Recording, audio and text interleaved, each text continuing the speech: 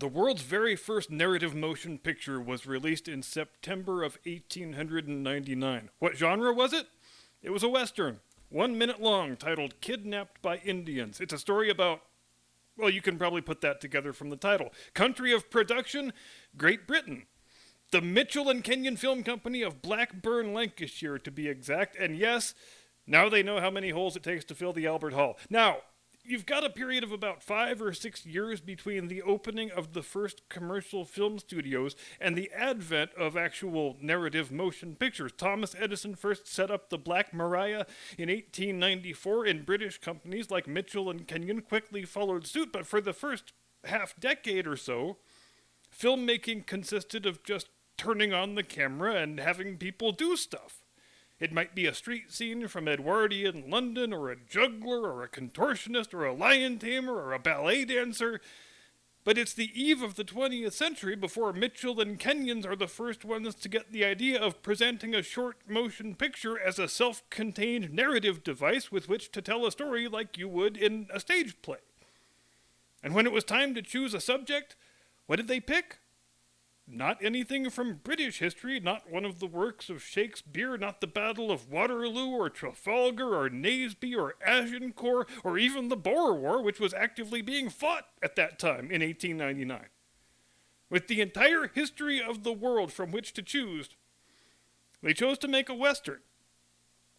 It wasn't just the British either. The world's second narrative motion picture was made in France in the year 1900, and it was also a Western.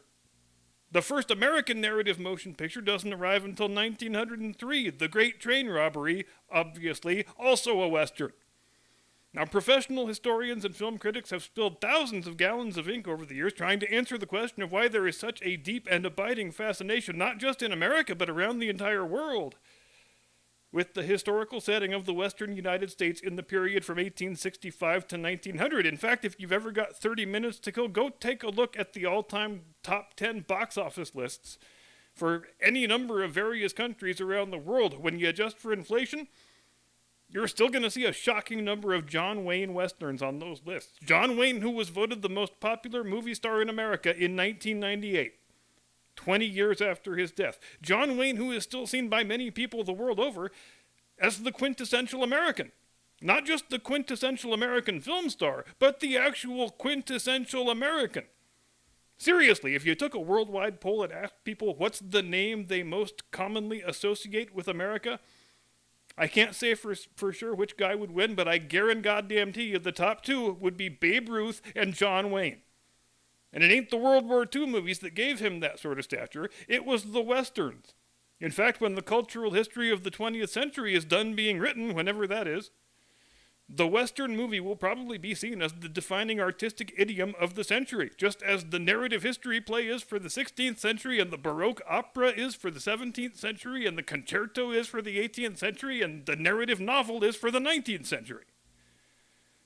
But the historical record, as you have often heard me say, it's not just written by the professional academics. All of us have a role in writing that record. Amateur historians, film buffs, plain old movie fans alike.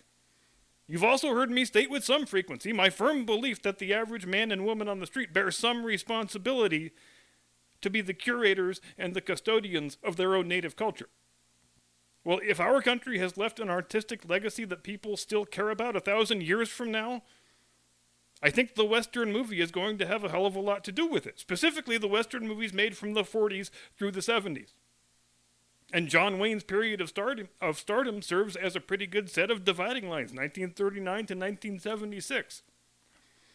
But the films that have left and will leave the most indelible lasting legacy were made, in the opinion of this reporter, between 1956 and 1970. And if those films are going to be, as I suspect they are, the main portion of the artistic culture that we pass on to the human beings of the distant future, perhaps even the main conduit by which we transmit the values of our own society down to our descendants many generations from now, then we ought to at least have a passing familiarity with those works. And this is an area where I freely admit I've been fairly deficient up until recently. Most of the films I'm going to be talking about in the main segment up until this year, I either hadn't seen them since childhood or I hadn't seen them at all. It was an unacceptably large hole in my knowledge that I think I've made a fair bit of progress in plugging, though I still have plenty of work left to do. But I would like to thank woke Hollywood for providing me with the motivation, because if they were not making such insufferable dog shit right now, I never would have had occasion to throw up my hands and say, screw this, I'm switching to old movies. Also, right at the end, since it's Memorial Day, we're going to read out the Medal of Honor citation for Captain William W. Galt of Judith Basin County, Montana, who earned our nation's highest award for valor exactly 80 years ago today on 29 May 1943 at Via Crocetta, Italy. Jim Eagle, if you please.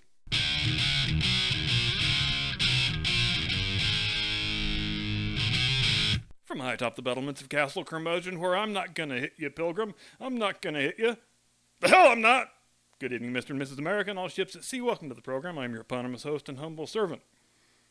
And the most amazing thing to consider when surveying the history of the Western motion picture is that in the basically 125-year history of commercial cinema, there have really only been a few brief periods when the Western genre hasn't been at or near the forefront of filmed entertainment. The first and the longest one of those was in the 1930s, right after the advent of sound films. One of the things that had made the Western genre so well suited to silent film was that you can tell the whole story without a whole hell of a lot of verbal or written exposition. You know, the Indians are attacking the settlers, they've carried off their women and children, now the cavalry has to go on a rescue mission. Or the bandits have robbed the train, now the sheriff and his posse have to chase them back to their hideout. You can get stories like that across just by showing the action and cutting in a few intertitles, which was all you had to do in the silent era. But then the Jazz Singer happens in 1927, and within just a year or two, we've gone from all films being silent to nearly all films having a soundtrack. And the studio heads decide, stupidly, as it turns out, well, shit, nobody's going to watch Western movies where the characters are all talking to each other all the time. The fact that we didn't need dialogue was the whole reason we started shooting Westerns in the first place, wasn't it? So by 1930, all the big studios have pretty much stopped making Westerns altogether. The big silent era Western stars like Tom Mix and Bronco Billy Anderson, among others, who had been among the biggest celebrities in the world in the 20s, all of a sudden they couldn't find work anymore and fell off the face of the earth, to all intents and purposes. Westerns became a pulp genre aimed primarily at Saturday matinees for children. The running times were under 1 hour, the budgets were small to non-existent, and thus, so were the wages for the actors. John Wayne is still in his 20s at this point, still trying to get some sort of foothold in the business. And if you look at his filmography from the early and mid-30s, you'll see that dude making 10, 11, 12 pictures a year every year, because you had to work that much just to make any sort of a decent living in the pulp Western game. It wound up working out pretty well for the Duke, though, because all that work and all that repetition wound up making him really good at his craft. So when 1939 rolls around and mainstream Hollywood decides it wants to take a chance on another big-budget Western, the picture was Stagecoach, the director was John Ford. Ford takes a look around the pulp Western landscape looking for his leading man, and he notices John Wayne. He says, I think I can probably work with that guy. He knows his lines, he hits his marks, he shows up on time, he's got a good voice, doesn't require a lot of direction. I think I can make this guy my muse. And that's exactly what wound up happening. Stagecoach was a critical darling and a smash hit commercially, and over the course of the next 25 years, John Ford and John Wayne formed one of the most important and enduring artistic partnerships of the 20th century. Right up there with Rodgers and Hammerstein and Lennon and McCartney. And there was no commercial lull for the Western movie genre in all of that time either, all of those 2.5 decades. People could not get enough Westerns. They packed the cinemas for Western films, then they went home and watched Western TV shows. Look at the Nielsen ratings for any year in the 50s or 60s. And you'll see the majority of the top 10 shows every year, always, are Westerns. Western films, though, did fall into a bit of a critical and commercial morass when you start getting into the late 60s. It was thought that the old-timey Western narratives just weren't morally complex enough for a world where things like the Vietnam War and the Civil Rights Movement were happening. This was complete and utter nonsense in my opinion, but more on that later. Then a fascinating thing happened, though. Italian directors, of all people, did the same thing to revitalize the Western movie genre that British musicians had done to revitalize rock and roll just a few years earlier. Now, there's absolutely no sane reason why Italian directors should have been the ones to have such a deep understanding of such a quintessentially American art form as the Western film, just like there's no sane reason why British public schoolboys should have had any contribution to make to a musical idiom that arose out of the life experiences of American white hillbillies and black sharecroppers. But hey, sometimes the universe works in mysterious and unexpected ways. By the early 70s, the spaghetti western genre had made sufficient inroads at the U.S. box office, led by the efforts, of course, of the two Sergios, Leone and Corbucci, and one cannot overstate the importance of Ennio Morricone's soundtracks either. That mainstream Hollywood decided maybe it was a good time to dust off the genre once again and see if they could make any money out of it. So then you had a few years of American directors trying to imitate Italian directors, trying to imitate American directors. Some of the results were better than others. But then the epically historic failure of Heaven's Gate in 1980 threw another sort of spanner into the works, and mainstream Hollywood went back to being scared to make any more big-budget westerns. And here's where we start getting into the period of my own living memory, because I distinctly remember how unfashionable westerns were in the first half of the 1980s. There were a couple of pictures here and there that were worthwhile. The Long Riders from 1981 is one that comes to mind. But it was a real wasteland for Western movie fans until 1985. Two pictures came out that year, not that far apart from one another, Pale Rider and Silverado. And I remember all the magazine covers asking the question, is this the return of the Western?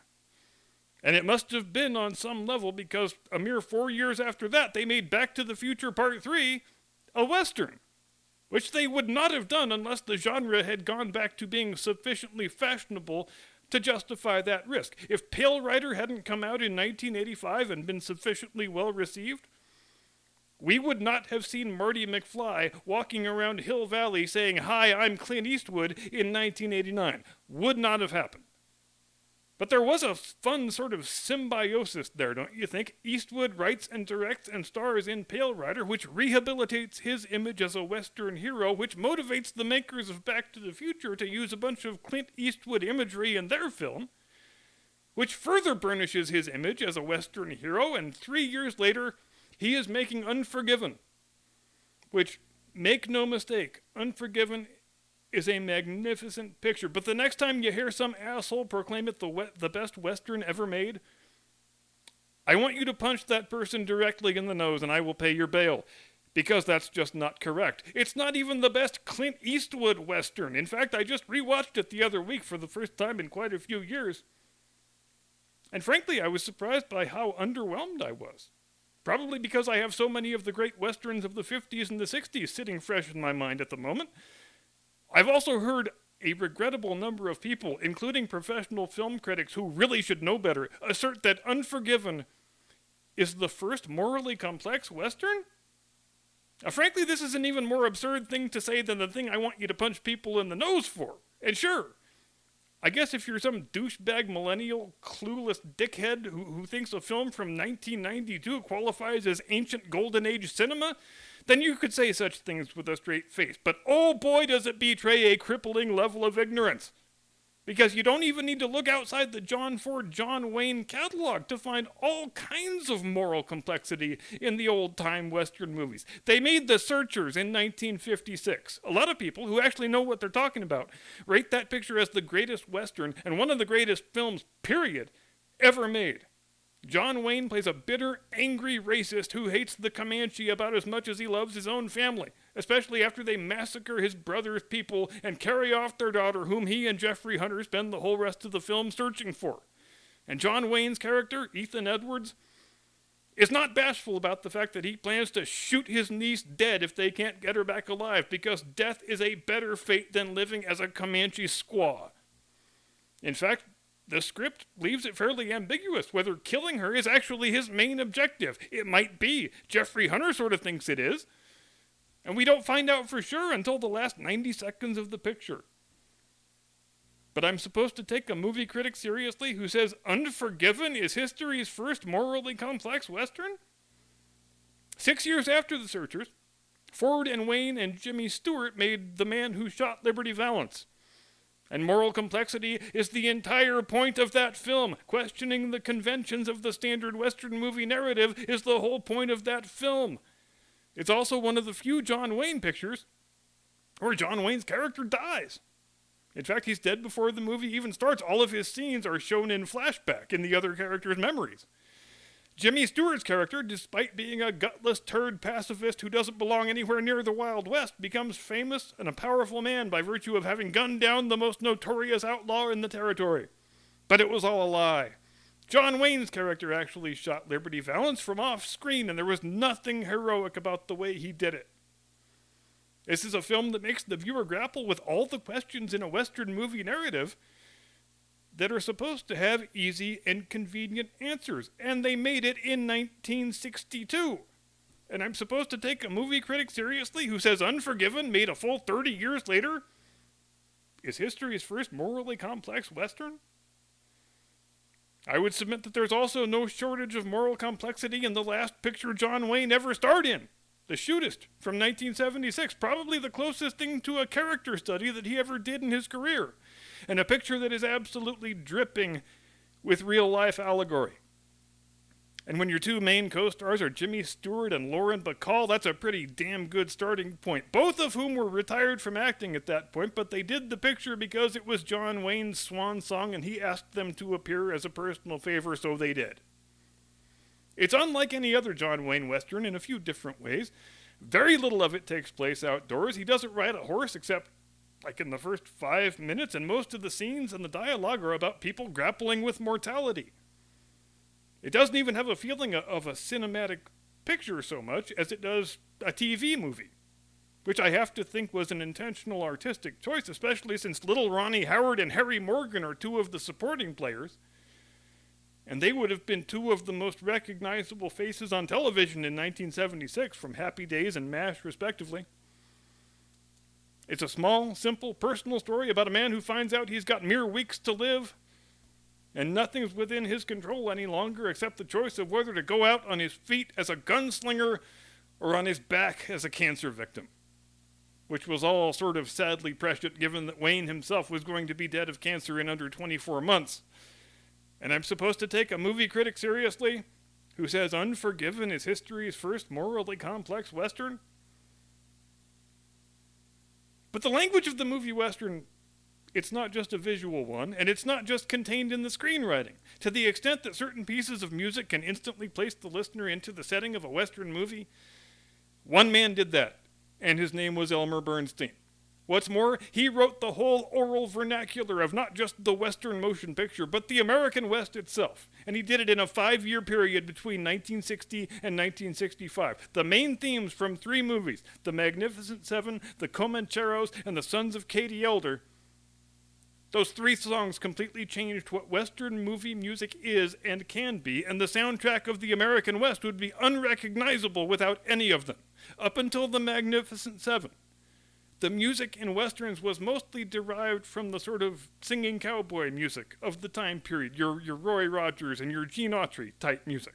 Not that there's anything wrong with that, but Bernstein was the first guy to use a big-ass full orchestra in a way that was instantly evocative of the time and place that was being depicted. If I play you 2 bars of the Magnificent Seven theme, and I ask you where you picture yourself, you're going to say, I'm on a stagecoach in some wide-open plain in the Old West. And that's the right answer. And every Western soundtrack composer right up to the present day is still trying to imitate what Bernstein achieved between 60 and 65. For my money, he'll probably go down as the greatest composer of the 20th century, because film scores are where composers mostly do their work now. There's all kinds of people who deserve a shout-out here. Obviously, I'm a big John Williams fan, I'm a big John Barry fan, and a big Hans Zimmer fan, and I already mentioned Ennio Morricone, but absolutely nobody can touch Bernstein. And when he wasn't doing Westerns, he was casually tossing off things like the theme from The Great Escape, the theme from To Kill a Mockingbird, the theme from The Ten Commandments, the National Geographic theme, and I could go on. But you get the point. Just think about how many instantly recognizable tunes that man is responsible for, despite hardly anybody in the general public even knowing his name. Now, the Western genre went on to have a pretty good run in the 90s and the aughts, but since 2010 and the remake of True Grit, it's been a bit of a bare cupboard. Aside from Tarantino, with Django Unchained and The Hateful Eight, I'm hard-pressed to think of any Westerns I have seen in the last decade plus that are worth remembering. They did that god-awful woke Magnificent Seven remake about, 5 or 6 years ago? And I just read the other day with great double face-palming consternation that somebody is making a Magnificent Seven streaming series now. So now we're getting into the territory of woke remakes getting pictures remade that have already had woke remakes. Hell, let's go ahead and get our bets in on the makeup of the new Magnificent Seven, shall we? The leader has to be a black guy. They've already established that precedent. One of them has to be a chick, obviously, and she will be a total ass-kicking girl boss Mary Sue who don't need no man for nothing. There's got to be one Asian, got to have an Indian, got to have a fat guy for the body positivity crowd, better have a paraplegic, and one transgender Mexican. That's 7, right? And I guess the fat guy can be white, as long as he's just a comic relief character. But the female and minority characters will be making all the important decisions, make no mistake about that, and the plot will be about how they have to rescue some innocent Mexican villagers from the ravages of climate change and deliver them safely to the U.S. border so they can get a free smartphone from the enemy saboteur Mayorkas. Gonna be a huge hit, I'm telling you right now. If there's anything people can't get enough of, it is beloved titles of the past being bastardized and rewritten to conform to modern woke sensibilities. And let us not forget our last order of business tonight. Here is the Medal of Honor citation for Captain William W. Galt for his actions on 29 May 1943. Quote, "For conspicuous gallantry and intrepidity above and beyond the call of duty, Captain Galt, Battalion S3, at a particularly critical period following 2 unsuccessful attacks by his battalion, of his own volition went forward and ascertained just how critical the situation was. He volunteered at the risk of his life personally to lead the battalion against the objective. When the lone remaining tank destroyer refused to go forward, Captain Galt jumped on the tank destroyer and ordered it to proceed with the attack. As the tank destroyer moved forward, followed by a company of riflemen, Captain Galt manned the .30 caliber machine gun in the turret of the tank destroyer, located and directed fire on an enemy 77mm anti-tank gun, and destroyed it. Nearing the enemy positions, Captain Galt stood fully exposed in the turret, ceaselessly firing his machine gun and tossing hand grenades into the enemy zigzag series of trenches, despite the hail of sniper and machine gun bullets ricocheting off the tank destroyer. As the tank destroyer moved, Captain Galt so maneuvered it that 40 of the enemy were trapped in one trench. When they refused to surrender, Captain Galt pressed the trigger of the machine gun and dispatched every one of them. A few minutes later, an 88mm shell struck the tank destroyer, and Captain Galt fell mortally wounded across his machine gun. He had personally killed 40 Germans and wounded many more. Captain Galt pitted his judgment and superb courage against overwhelming odds, exemplifying the highest measure of devotion to his country and the finest traditions of the U.S. Army." End quote. And as we honor and pledge to never, ever forget all those who paid that last full measure of devotion, thanks very much indeed for watching. Happy Memorial Day. Have a pleasant tomorrow. See you next time. Do not comply. Get off my lawn.